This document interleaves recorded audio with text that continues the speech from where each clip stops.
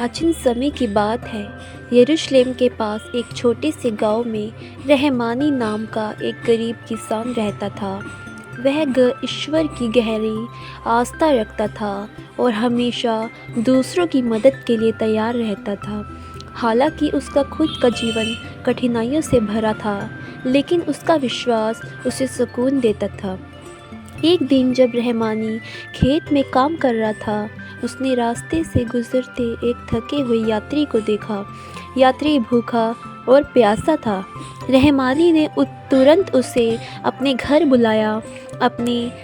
उसने अपनी पत्नी से कहा, हमारे पास जो भी थोड़ा बहुत भोजन है वह इस यात्री को खिला दो।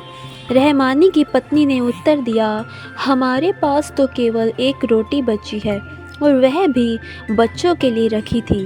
रहमानी ने मुस्कुराते हुए कहा, चिंता मत करो, ईश्वर हमारी हर ज़रूरत पूरी करेगा। उन्होंने वह आखिरी रोटी यात्री को दे दी। यात्री ने खाना खाया, पानी पिया और आशीर्वाद देकर चला गया। कुछ दिन बाद रहमानी के खेत में एक अद्भुत बात हुई। उसकी फसल अचानक से पहले से कई गुना ज़्यादा हो गई। गांव के लोग यह देखकर चकित रह गए। एक दिन वह यात्री फिर से लौटकर आया और उसने रहमानी से कहा, मैं वही व्यक्ति हूँ जिसे तुमने अपनी आखिरी रोटी दी थी। मैं ईश्वर का दूत हूँ। तुम्हारी परोपकारिता ने ईश्वर को प्रसन्न कर दिया। यह आशीर्वाद तुम्हारे विश्वास और दयालुता का फल है।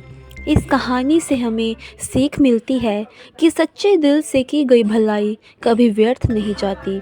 ईश्वर हर अच्छे कर्म का फल देते हैं, क्योंकि जो कोई प्रेम करता है वह ईश्वर से जन्मा है और ईश्वर को जानता है।